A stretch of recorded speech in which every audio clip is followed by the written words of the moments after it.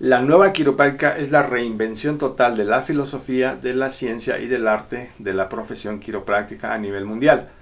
Y aquí podemos comparar a la nueva quiropráctica a un árbol. Aquí podemos ver las raíces del árbol que representan la filosofía. Es una nueva filosofía. El tronco representa la nueva ciencia y las ramas vendrían siendo el arte o la técnica aplicado de una manera distinta como se ha venido aplicando a lo largo de más de un siglo.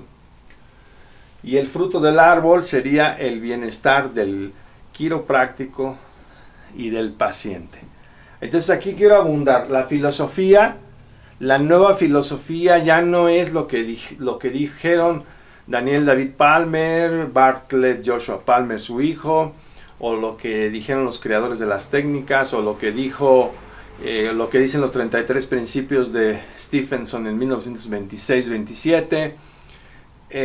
Ya no tiene que ver nada con eso, ni con la quiropráctica super ortodoxa o super straight que se conoce, de quiroprácticos como B.J. Palmer, o Tom Gilardi, o Fred Barsh, o algunos otros quiroprácticos que se los ha considerado super straight o super ortodoxos, o por ejemplo la filosofía quiropráctica que se enseña en Sherman College of Chiropractic, o en la escuela Cleveland, o en algunas otras escuelas todavía muy conservadoras, incluso en la Universidad de Palmer en los Estados Unidos, en todas sus sucursales. Entonces esto ya no es esa filosofía, sino es una filosofía basada en las ramas de la filosofía: ontología, epistemología, lógica, ética, estética, antropología, hermenéutica, cosmología, etc. ¿Sí? La nueva ciencia, que es el tronco, ya no es tan solo importar de la ortopedia, de la medicina alópata o de la osteopatía conceptos y amoldarlos a la quiropráctica, sino es toda una nueva concepción del cuerpo humano, de su ontología, de su lógica. Entonces, en la nueva ciencia tenemos más de 30 disciplinas científicas en las cuales se basa la quiropráctica nueva, ¿sí? Son muchas las disciplinas científicas en las cuales se basa la nueva quiropráctica: informática teórica, ciencias de la complejidad, el paradigma del pensamiento complejo, también las matemáticas discretas, la teoría de los grafos, la teoría de los autómatas finitos. Estamos hablando de la teoría de los códigos, la teoría de los algoritmos, las matemáticas fractales y un conjunto, una constelación de ciencias. Además, miología, artrología, osteología, posturología clínica, podiatría, que es la especialidad de los pies, ¿sí? Tenemos también muchas otras especialidades y ciencias que son importantísimas. Y la biomecánica humana, que procede del libro de Descartes que mencioné, y de Giovanni Alfonso Borelli, que fue el padre de la biomecánica moderna. Y también mucha anatomía topográfica, funcional, regional y de superficie. Mucha anatomía de superficie y también muchas habilidades palpatorias. Estas son la ciencia el tronco.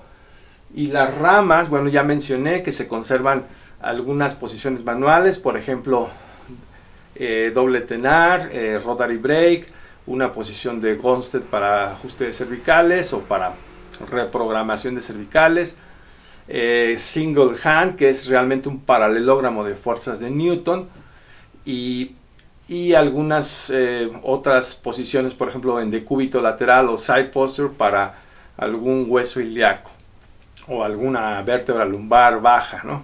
Entonces, eso es lo que se conserva de la quiropráctica, pero se aplica en base a las ciencias y en base a la filosofía. Ya no se aplica en base a lo que dijo Clarence Gonstead, el creador de la técnica Gonstead, o Clay Thompson, el creador de la técnica Thompson, o Hugh Logan, el creador de la técnica Logan Basic, o Arlan Fur y sus colegas creadores de la técnica de activador. Ya no se basa en eso, sino se basa en la ciencia y en la filosofía.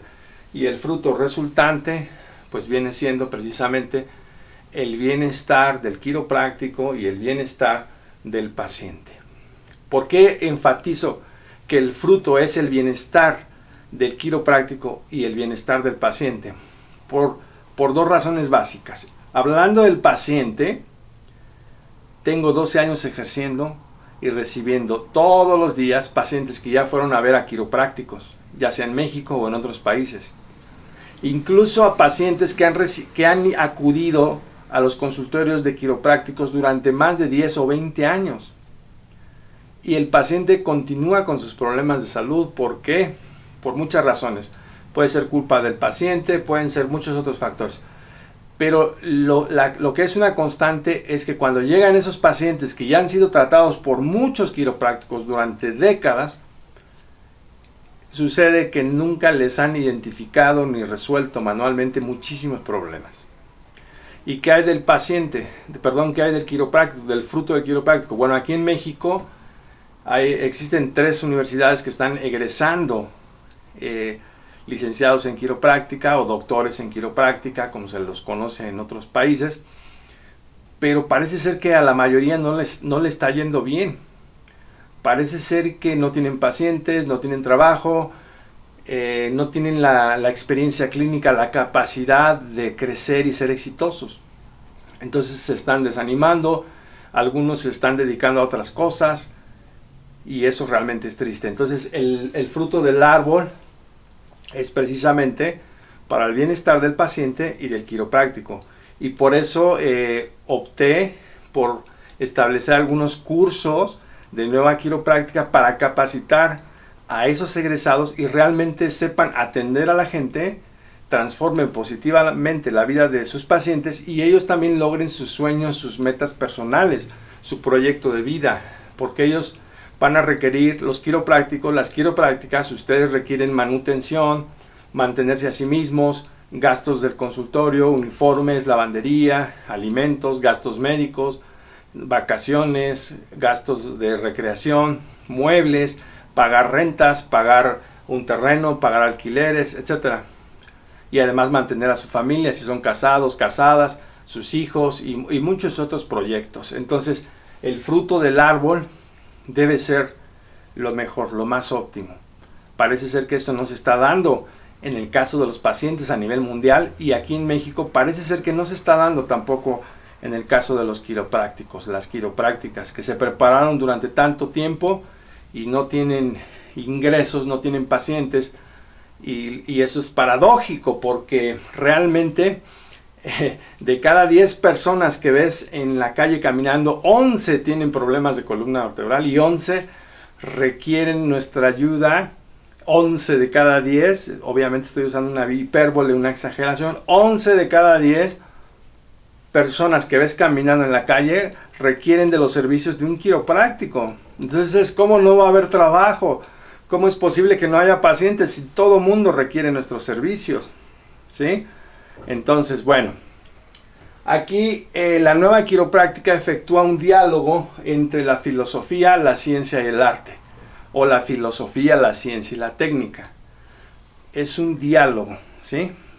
La filosofía de la nueva quiropráctica dialoga con la ciencia y esta dialoga con la filosofía y esta dialogan con el arte, ¿sí? Entonces es una interacción dialéctica, se influencian mutuamente las tres. Y aquí tenemos precisamente las ramas de la filosofía que les estuve mencionando.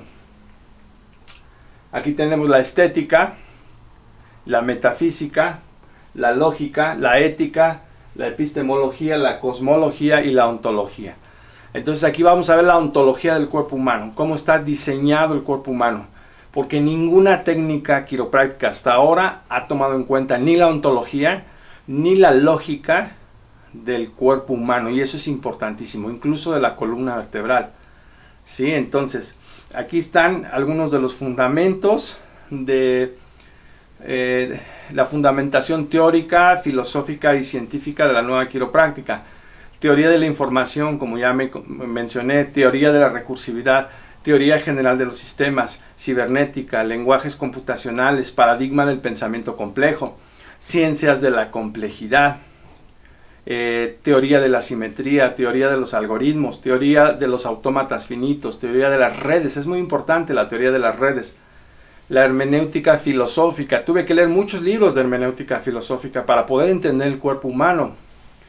Matemáticas discretas, informática teórica, criptografía, semiótica general, psicología gestalt, matemáticas fractales, física vectorial, ¿sí? Funcionalismo filosófico, mecánica estática y dinámica newtoniana o clásica. También fenomenología de Husserl aplicada a la interpretación del cuerpo humano.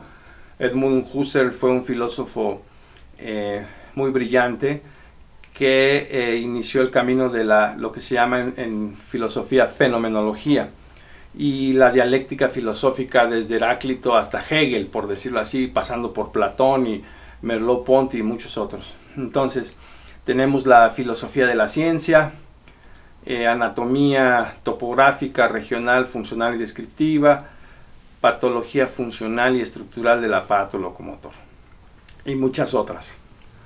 Entonces, bueno, aquí les voy a hablar de las ramas de la filosofía, de la nueva quiropráctica. Aquí tenemos la cosmología, que se basa en la física digital, en el pancomputacionalismo y en el paninfocomputacionalismo. Por el momento no tengo tiempo de explicar todo esto, pero básicamente la idea central de esta cosmología es que el universo, desde el bosón de Higgs, los fermiones, los leptones, los bariones, ¿no? Y todo lo que es la teoría estándar del modelo de la física, es una computadora gigantesca, es un sistema informático, una especie de matrix o matrix, y porque todo tiene una simetría y por eso se le llama física digital. Está, por ejemplo, el spin del electrón, que puede ser hacia un lado o hacia el otro. Spin significa giro.